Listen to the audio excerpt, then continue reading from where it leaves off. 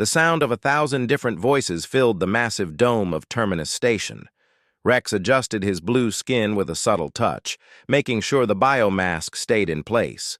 Around him, creatures from across the galaxy argued about the same thing they had been discussing for weeks: humans. Rex looked like any other Altari with his tall frame and azure complexion, but underneath the carefully crafted disguise beat the heart of Captain Alex Reed, one of humanity's best intelligence officers. He had spent 3 years preparing for this moment, learning Altari customs, undergoing painful surgeries, and memorizing the speech patterns of a dozen alien species. The assembly hall stretched above them like a cathedral made of starlight. Holographic displays showed star maps and population charts while delegates from 12 major species took turns at the speaking podium. Each one had something terrible to say about humanity. "They breed too fast," hissed Ambassador Scree of the insectoid krill. Her mandibles clicked with each word. "In just 2 centuries, they have spread to over 50 worlds. They consume resources like a plague."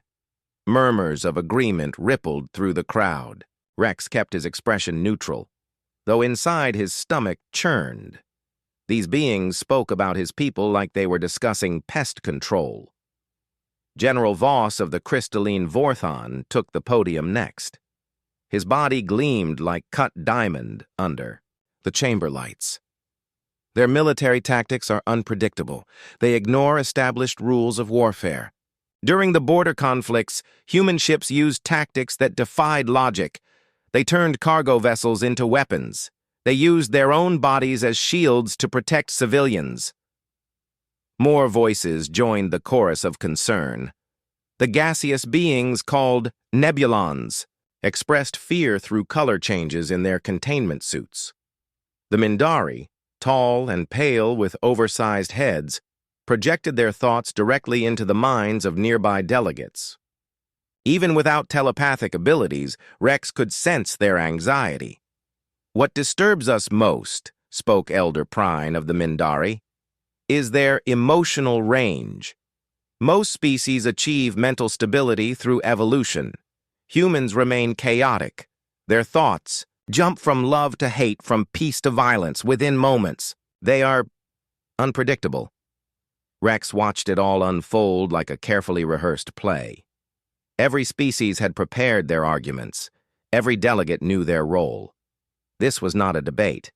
This was a trial, and humanity had already been found guilty. The session continued for hours. Rex listened as the tree-like Xanthari spoke about ecological concerns. The mechanical Nexari presented data about resource consumption. Even species that had barely interacted with humans voiced their fears about future conflicts. As the day wore on, Rex began to notice patterns. The loudest voices belonged to species that had something to gain from human elimination. The krill wanted human agricultural worlds. The Vorthon coveted human mining operations. Fear and greed walked hand in hand through these halls. During a break, Rex walked through the station's corridors. Terminus Station served as neutral ground for the galaxy's major powers. It had taken humanity decades to earn the right to send observers here.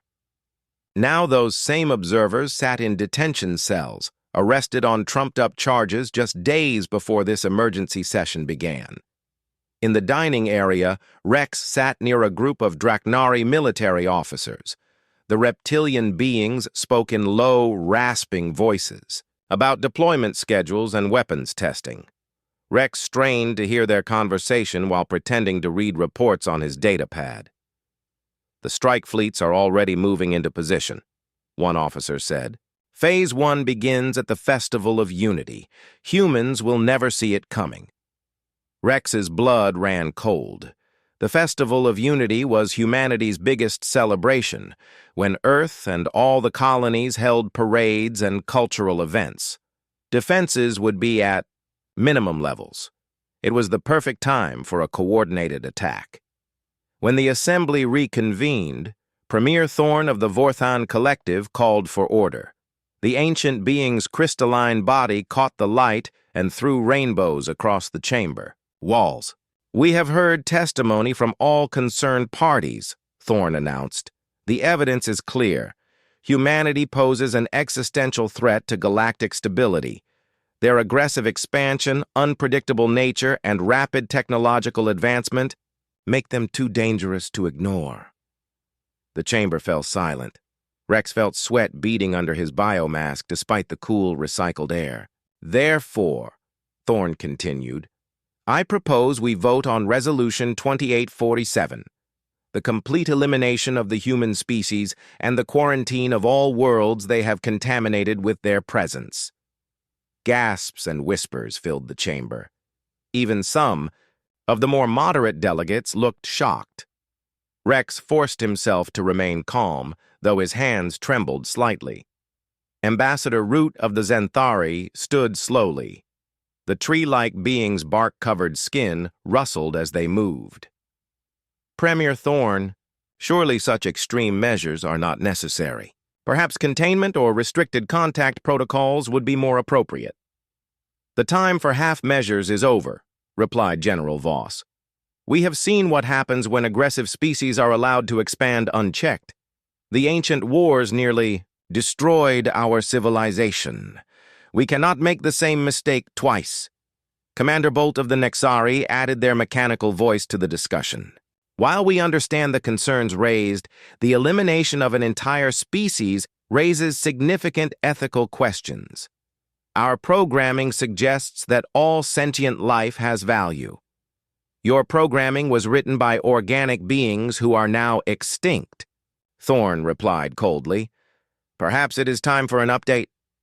The debate continued late into the station's artificial night. Rex learned that the elimination would not be a simple military strike. The conspiracy ran deeper than he had imagined. The Krill had developed a biological weapon specifically designed to target human DNA. The Vorthan planned to use reality-warping technology to erase human colonies from existence. The Mindari would provide psionic warfare to prevent human telepaths from calling for help. As delegates began to file out for the evening recess, Rex overheard final preparations being made. The vote would take place in 2 days. If it passed, the elimination protocol would begin immediately. Rex returned to his assigned quarters, a modest room in the Altari section of the station. He sat on the narrow bed and stared at his hands. These blue fingers looked alien to him, but they might be the only things standing between humanity and extinction.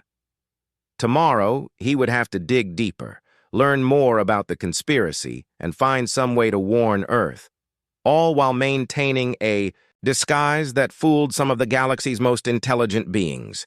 The weight of 6 billion human lives rested on his shoulders. He could not fail. Morning came too quickly aboard Terminus Station. Rex had barely slept, his mind racing through everything he had learned. The artificial sunrise that gradually brightened his quarters felt like a mockery of the real sun shining on Earth. A sun that might not see another year if the assembly had its way. He dressed carefully, adjusting the biomask that made him appear Altari. Every morning brought the risk of discovery, and today he needed to dig deeper into the conspiracy that threatened his entire species.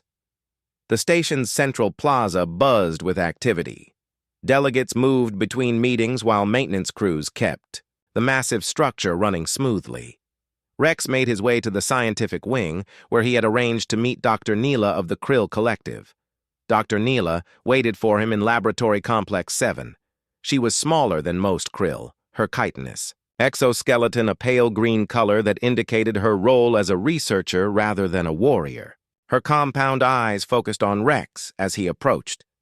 "Commander Rex," she clicked in greeting, "I am pleased you accepted my invitation. Your people's interest in biological warfare has been noted by our leadership." Rex forced a smile that he hoped looked appropriately enthusiastic. "The Altari have always admired Krill ingenuity. We understand that sometimes difficult decisions require innovative solutions."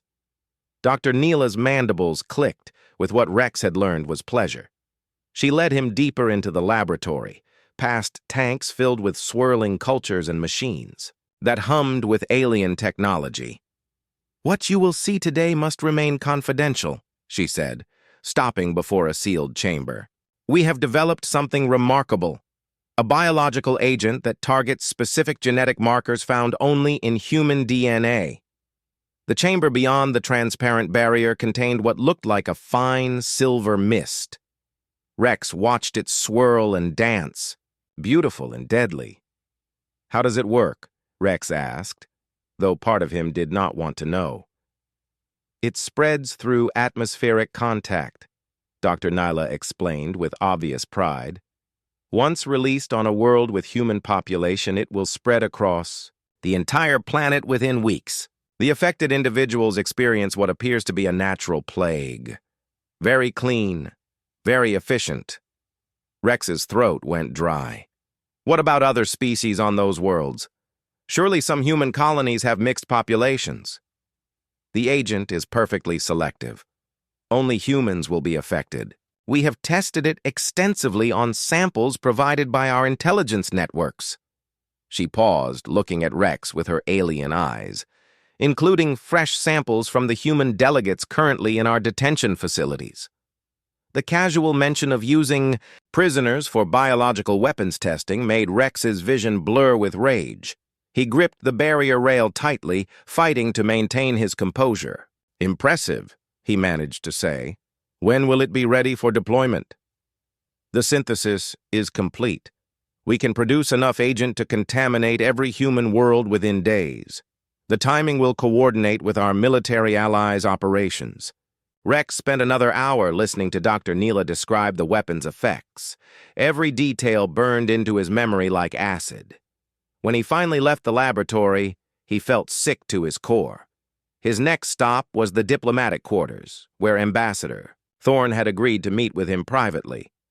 The Vorthan's crystalline form reflected the light in complex patterns as they discussed the elimination plan. "Your concerns about orbital defenses are well-founded," Thorne said, their voice like wind chimes in a gentle breeze. "Human military installations will not fall to conventional assault. This is why we have developed alternative methods." Thorne activated a holographic display showing a device that looked like a twisted metal sculpture. "Void bombs. They create localized tears in spacetime. Entire planets simply cease to exist. No debris, no evidence. One moment a world is there, the next it is gone." "How many can you deploy?" Rex asked. "We have enough to eliminate the 47 largest human colonies simultaneously. Combined with the biological agents and psionic attacks, we estimate complete elimination within a standard galactic month."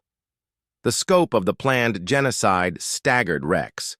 This was not just military action. This was the systematic extermination of his entire species using weapons beyond human understanding.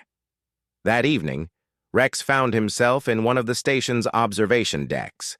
Stars wheeled slowly outside the transparent walls while he tried to process everything he had learned. The Festival of Unity was only days away. Somewhere among those distant lights, human families were preparing for celebration, unaware that death was racing toward them across the void. Beautiful view, is it not? Rex turned to see Elder Root of the Zenthari approaching. The tree-like being moved with careful, deliberate steps that reminded Rex of a walking forest.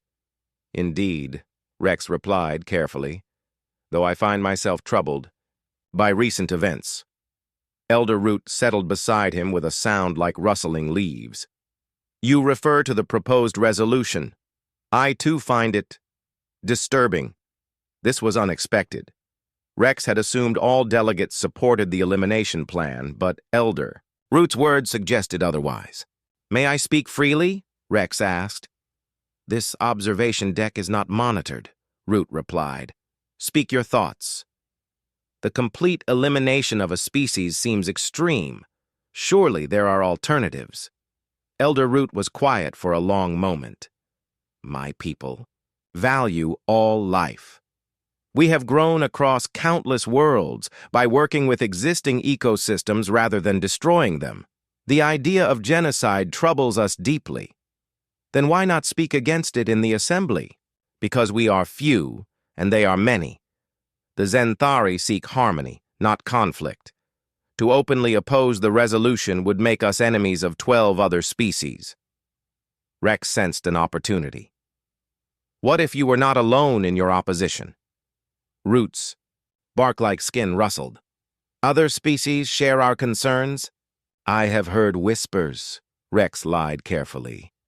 Some question the morality of these extreme measures. It was a dangerous gambit, but Rex needed allies. He spent the next hour carefully probing Elder Root's beliefs, learning that the Zenthari were indeed opposed to the elimination plan, but feared standing alone against the majority. As the conversation ended, Rex felt a small spark of hope. Not all species supported humanity's destruction. Perhaps there was still a chance to prevent the genocide if he could find more allies and build opposition to the resolution. But first, he needed to find a way to warn Earth. Time was running out, and the forces aligned against humanity were already moving into position. The fate of his species hung in the balance, and he was the only one who knew the full extent of the threat they faced. Walking back to his quarters, Rex began planning his next moves. He would need to be even more careful now. Security Chief Gex of the Draknari had been watching the delegates closely, and any unusual behavior could expose his true identity. The conspiracy was vast and well organized, but Rex had learned that cracks existed in their alliance. Tomorrow he would begin exploiting those cracks, hoping to shatter the coalition before they could destroy everything he had ever loved. The meditation gardens of Terminus Station existed in a bubble of peace within the vast complex. Artificial gravity created layers of hanging plants that defied natural law, while gentle music played from hidden speakers. Rex found Elder Root, here each morning following what appeared to be a daily ritual. Today, Rex approached with careful steps. His conversation with the Zenthari delegate the previous evening had planted seeds of hope, but he needed to nurture them carefully. "May I join your meditation?" Rex asked softly. Elder Root's bark-covered head turned toward him. "Peace is meant to be shared, Commander Rex. Please, sit." They settled onto cushions designed for various alien anatomies. Rex tried to match the Zenthari's breathing pattern, which sounded like wind through leaves. Around them, other early risers from different species found their own quiet spaces among the plants. "I have been thinking about our conversation," Elder Root said eventually, "about alternatives to the resolution." Rex remained still, letting the elders speak at their own pace. "My people have a saying," Root continued. "A forest with only one type of tree is fragile.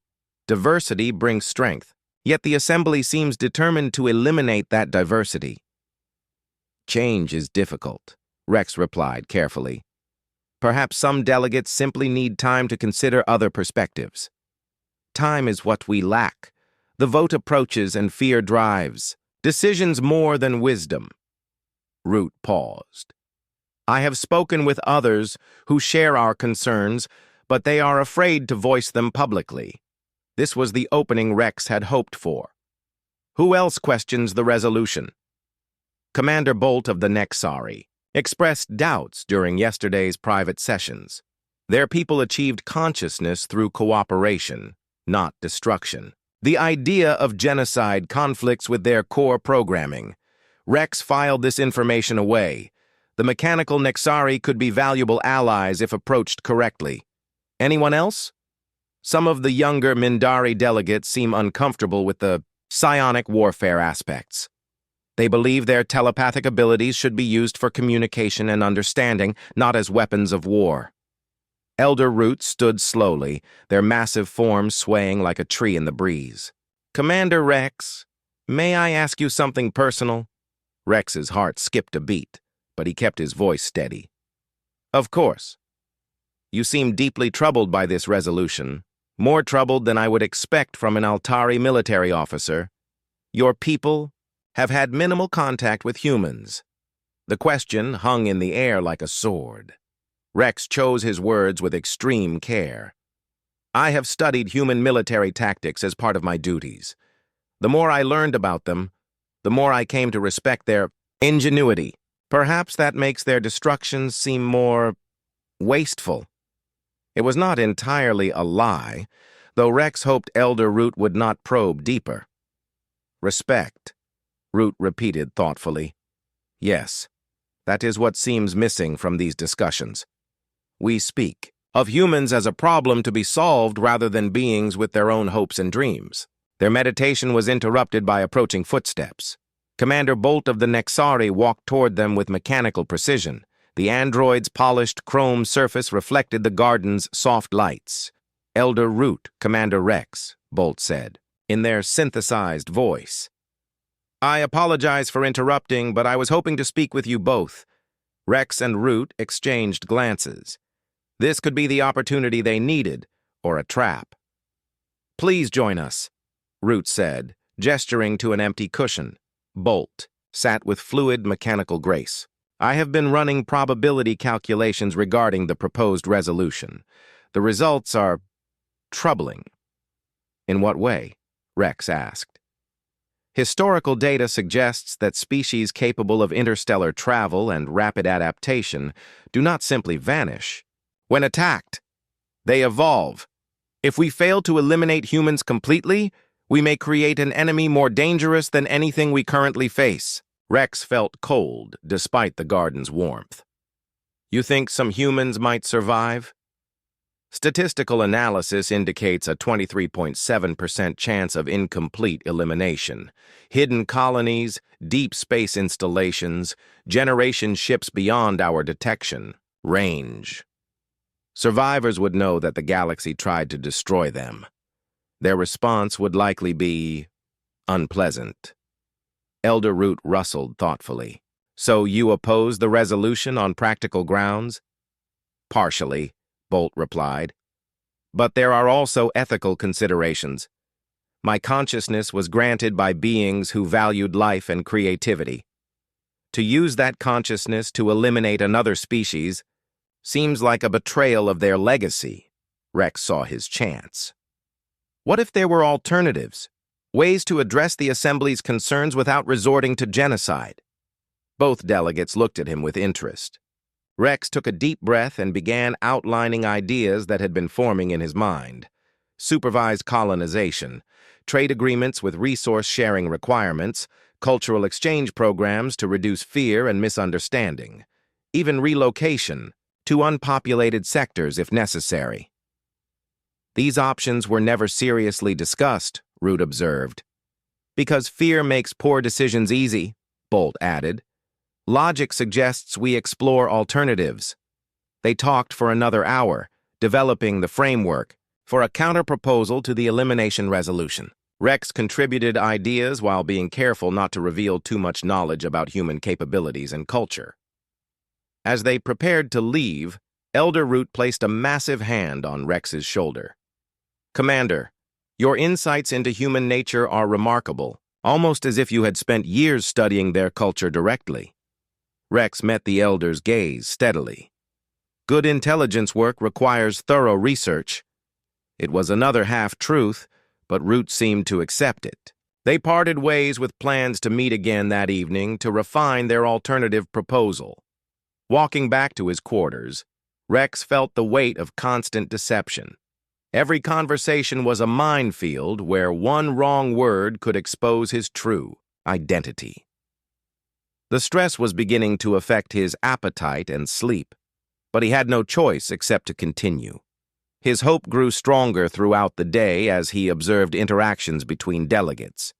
Not everyone was enthusiastic about the elimination plan. Some species participated out of fear rather than conviction. Others had been pressured by larger, more aggressive neighbors. That afternoon, Rex attended a technical briefing where Chief Gex outlined station security procedures. The reptilian Draknari studied each delegate with suspicious eyes, and Rex felt those eyes linger on him longer than the others. During the evening meeting with Root and Bolt, they finalized their counter-proposal. It offered concrete alternatives to genocide while addressing the Assembly's stated concerns about human expansion and unpredictability. "We will need more support," Root noted. "3 voices alone cannot sway the Assembly." "I may be able to identify other potential allies," Rex offered. "Give me another day to make discreet inquiries." As they discussed strategy, Rex realized he was walking an increasingly dangerous line. Each new ally increased their chances of success, but also raised the risk of exposure. Someone might notice patterns in his conversations or question his motives too deeply. But the alternative was unthinkable. Somewhere in the darkness between stars, strike fleets were moving toward human space. Biological weapons waited in Krill laboratories, void bombs prepared to erase entire worlds from existence. Rex had found hope in unexpected places, but time was running out. The vote was tomorrow, and if their counterproposal failed, nothing would stop the greatest act of genocide the galaxy had ever seen. He returned to his quarters knowing that the next 24 hours would determine whether humanity lived or died. The weight of 6 billion lives pressed down on him as he tried to sleep, knowing that tomorrow would test everything he had worked for. Security Chief Gex moved through the station's corridors like a predator stalking prey. His scaled hide gleamed under the artificial lights as he reviewed data on his personal pad. Something was wrong with Commander Rex of the Altari delegation, and Gex's instincts told him to dig deeper.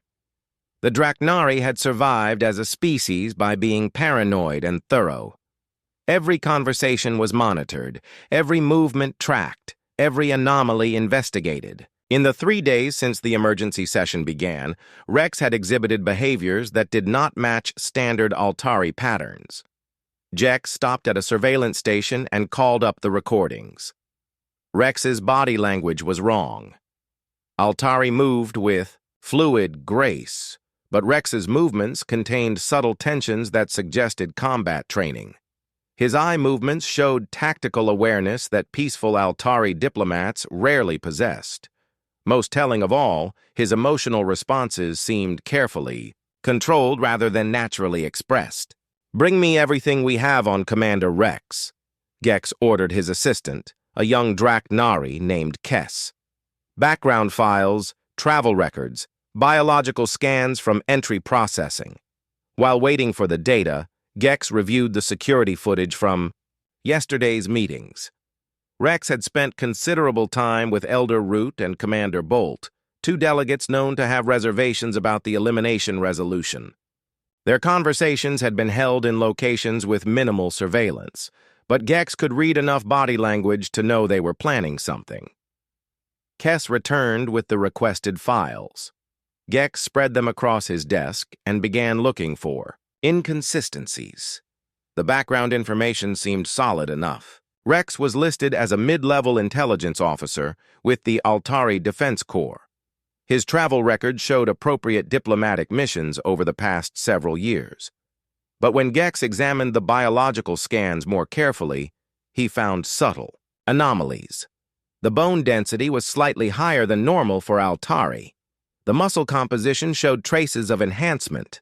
Most suspicious of all, the genetic markers contained microscopic irregularities that could indicate surgical modification.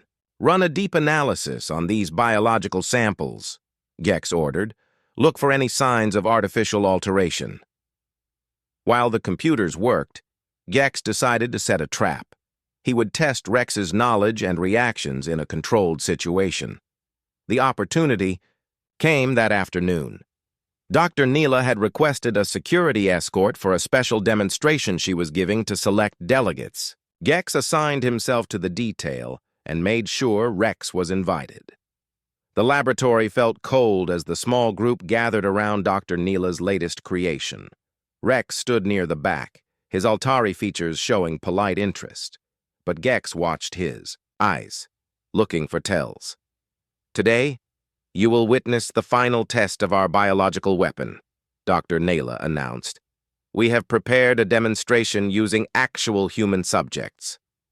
Rex's facial expression remained neutral, but Gex noticed his hands clench briefly before relaxing. Most delegates would show curiosity or satisfaction. Rex showed subtle signs of distress. Dr. Neela led them to an observation window overlooking a sealed chamber. Inside, 3 figures in prison uniforms sat at a table. Even through the distortion of the containment field, their human features were unmistakable. These subjects were captured during recent border skirmishes, Dr. Neela explained. They have been informed that they are participating in a prisoner exchange demonstration. They do not know the true nature of this test. Rex's breathing changed slightly. Gex made note of it. Begin Phase 1, Dr. Neela ordered her assistants. A fine silver mist began flowing into the chamber. The humans continued talking, unaware that death was settling around them like fog. Within minutes, one of the prisoners began coughing, then another. The third tried to help his companions, but soon he was coughing too. Their skin grew pale, then took on a grayish tinge. "Remarkable efficiency," commented Ambassador Thorne. "How long until complete cellular breakdown?" "Approximately 6 hours for total system failure," Dr. Neela replied, "though they will lose consciousness within the next 30 minutes. Rex watched in silence as the humans collapsed one by one. Gex studied his reactions carefully. While other delegates asked technical questions or made approving comments, Rex said nothing. His jaw muscles were tight, and a small vein pulsed at his temple. "Commander Rex," Gex called out suddenly, "you seem quiet. What are your thoughts on this demonstration?" Every eye in the room turned toward Rex. The moment stretched like a taut wire. "Impressive work," Rex said finally. "The Altari will be interested in the delivery mechanisms." It was a safe response, but Gex heard the slight strain in his voice. A normal Altari officer would have shown more enthusiasm for a weapon that would eliminate their species' enemies. After the demonstration ended, Gex followed Rex at a distance. The commander walked quickly through the corridors, his movements sharp and agitated. Instead of returning to his quarters or attending the scheduled diplomatic sessions, Rex headed toward the station's communication array. This was highly suspicious. Personal communications were supposed to go through official channels, not direct access to the primary transmitters. Gex alerted his security team and moved to intercept. By the time he reached the communication center, Rex was already inside, working at one of the transmission terminals with surprising familiarity. "Commander Rex," Gex called out as he entered with 2 guards. "This area is restricted during session hours." Rex turned, his face showing mild surprise. "Security Chief Gex, I was attempting to send a routine report to my superiors about today's demonstration. Routine reports go through the diplomatic communication channels, not primary array access." Of course, I seem to have taken a wrong turn. The station's layout is quite complex. Gex walked closer, studying the terminal Rex had been using. "What exactly were you transmitting?" As I said, nothing yet. I was still trying to access the proper channels when you arrived. It was a plausible explanation, but Gex's instincts screamed that Rex was lying. He made a mental note to check the communication logs for any unauthorized transmissions. "Perhaps I could escort you to the correct communication facilities," Gex offered. "That won't be necessary. I'll send the report later." Rex left quickly, but Gex remained behind to examine the terminal. His technical specialist arrived within minutes and began analyzing the system. Someone accessed the deep-range transmission array, the specialist reported. They sent a compressed data burst toward the Outer Rim territories. High encryption, unfamiliar format. The Outer Rim was where human space began. Gex felt his suspicions crystallizing into certainty. "Run those biological samples again," he ordered Kess over his communicator. "This time, compare them against any human genetic markers we have on file." The answer came back within an hour. The samples contained human DNA masked by sophisticated surgical and genetic modifications. Commander Rex was not Altari at all. Gex immediately issued security alerts throughout the station. All access points were sealed, and security teams began systematic searches. The hunt for the human spy had begun. Rex realized something was wrong when he tried to access his quarters and found the door sealed. Security barriers had activated throughout the station, and armed Draknari guards were visible at every major intersection. His heart raced as he understood what had happened. Somehow, his cover had been blown. Every second he remained on the station brought him closer to capture and death. Moving quickly through maintenance corridors, Rex tried to reach the docking bays. If he could steal a shuttle, he might escape, to warn Earth about the impending attack.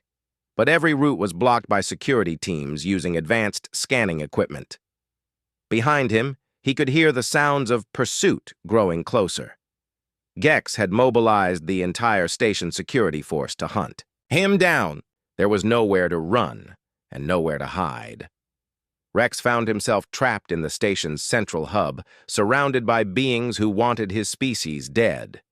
The fate of humanity hung in the balance, and he was running out of time and options. The hunt had begun in earnest, and Rex was the prey. The maintenance tunnels beneath Terminus Station had become Rex's world. For 6 hours, he had crawled through narrow spaces, avoiding security patrols and automated scanners. His Altari biomask was failing, patches of human skin showing through, the blue disguise. Above him, the Assembly was gathering for the final vote on Resolution 2847. The elimination of humanity would begin within hours, unless Rex could find some way to stop it. He reached an access panel that opened into the station's central communication hub. Through the grating, he could see banks of transmission equipment that connected Terminus Station to every corner of the galaxy. If he could access those systems, he might be able to warn Earth, but it would also expose his position to every security team on the station. Rex checked his stolen scanner.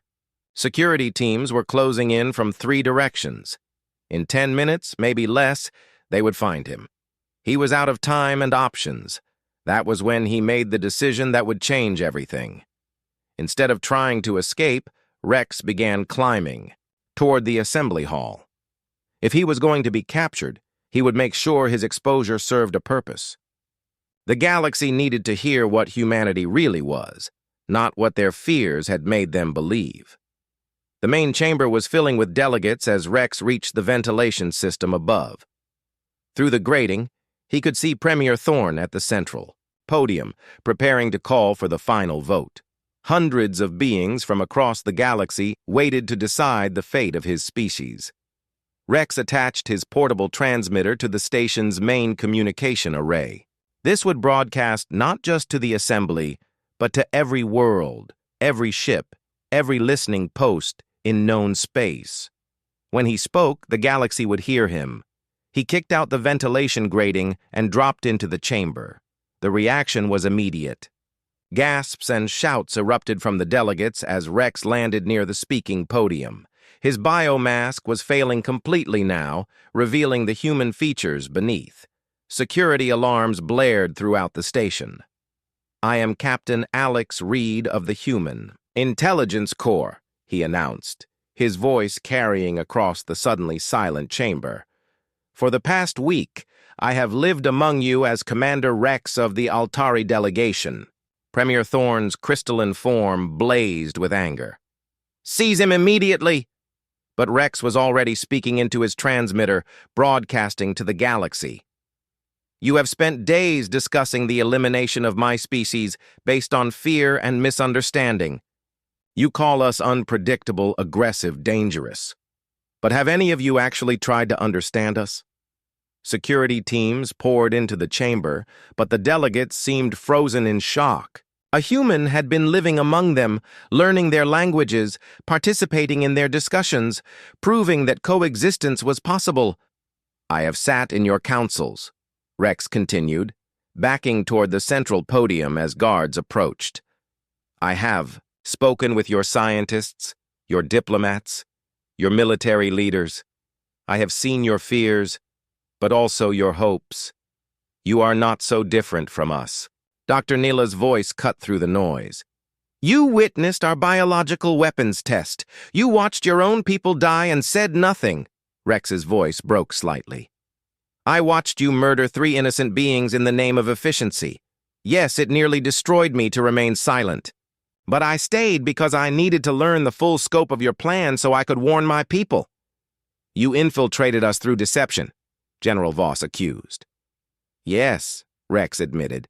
Just as your forces are preparing to attack during our festival of unity, when our defenses are lowered in celebration of galactic peace, just as you plan to use biological weapons and reality-warping devices to ensure no human survives to tell the story of what you did. The chamber erupted in arguments. Some delegates shouted for Rex's immediate execution, while others seemed troubled by his words. Elder Root stood slowly from their position in the Zenthari section. Let him speak, the tree-like being said. If we are to make decisions about his species, should we not hear what they have to say?